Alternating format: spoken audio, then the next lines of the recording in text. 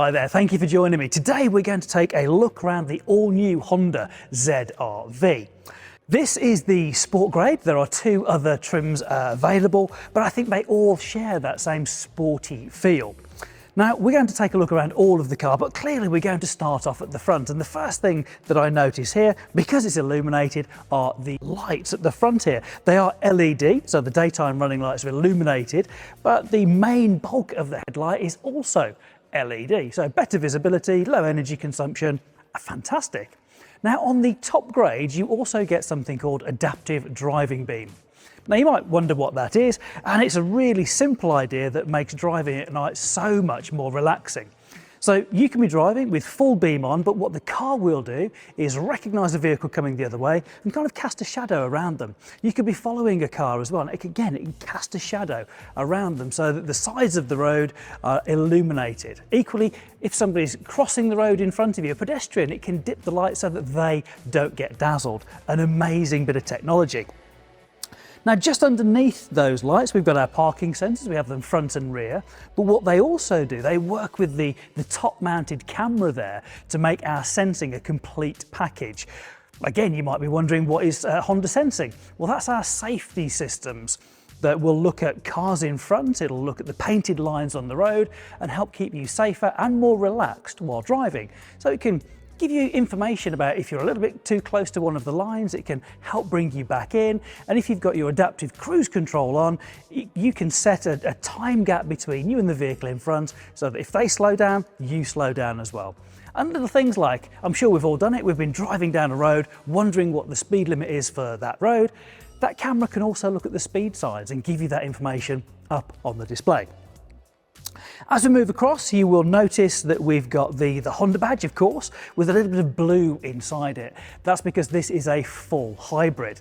So under the bonnet, we have a hybrid system. It's the twin motor system, very similar to what we've seen in the award-winning Honda Civic, and it has 184 PS and 315 Newton meters of torque. So already you can get a really good feeling for the kind of drive you're going to get out of this car. Absolutely stunning. Then, as we move our way across, it's probably easier to see on this side actually, we've got a little air inlet. What this will do is let air flow inside here, and it exits just in front of the front tyre.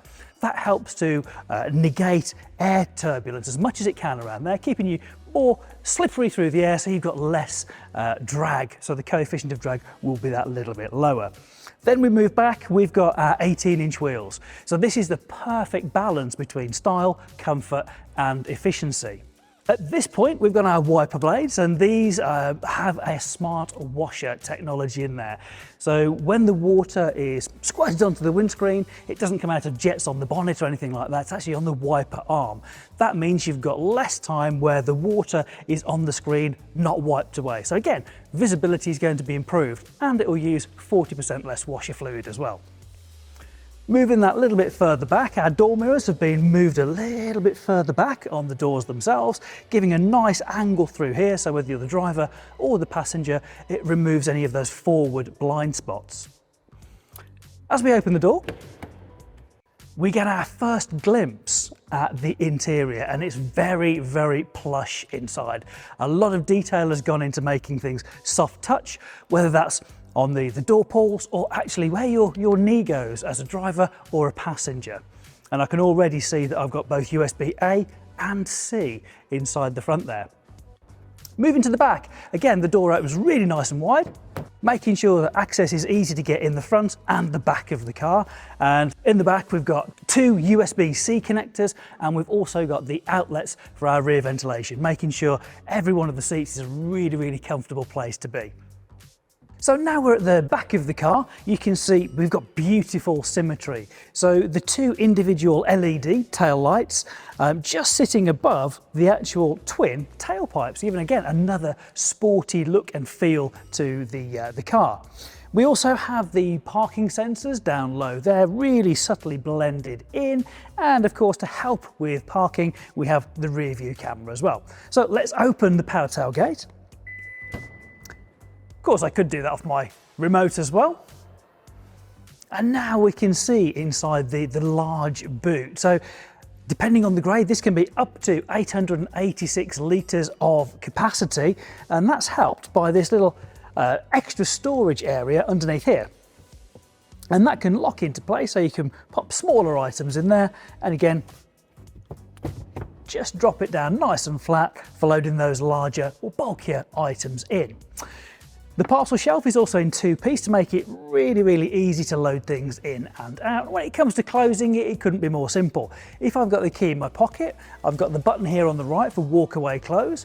So I can push that button and it's not going to actually close until, as you guessed, I walk away. One on the left, more traditional, I can push that right now and of course it will close. So now we're inside the ZR-V. First thing, as always, that you feel is the comfort levels of the seats. And they are really comfy. And my adjustment is electronic as well. So making those tiny little bits of adjustment is really easy for both me and my passenger.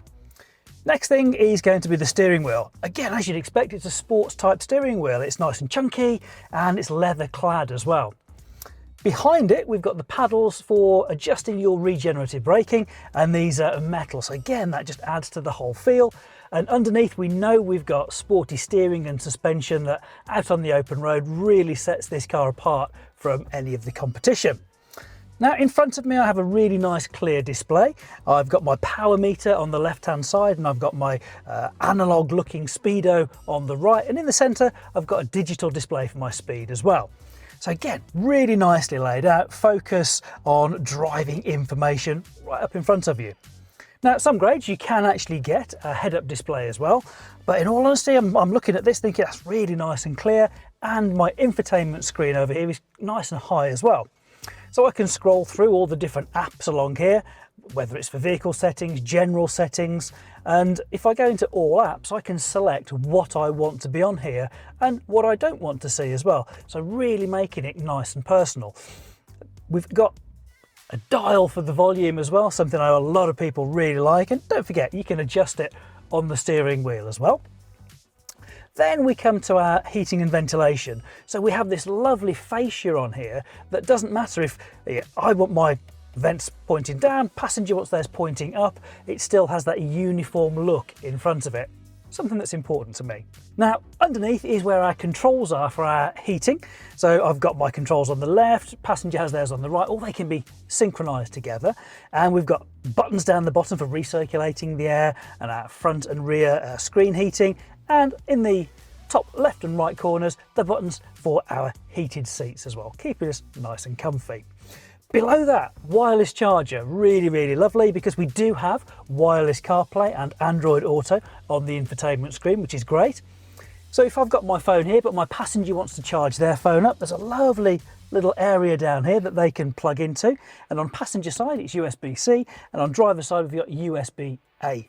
Now, in the back, we've got two more USB-Cs, so it's very typical for an SUV. Loads of space in the back, we've got rear ventilation, and we've got the charging capabilities. So loads of space and practicality in the back, and in the front this is really geared up for a beautiful driving experience. So there we have it, a lovely little tour around this fantastic car. We've looked at it from the front, where we can see that sporty styling from the side, and also we've seen the practicality we've got inside the boot, inside the car, where we've got that technology, and again those comfort levels. But of course, we know this is a real driver's SUV. So if you would like to register your interest with your local retailer, you can be one of the first people to actually test drive this amazing car.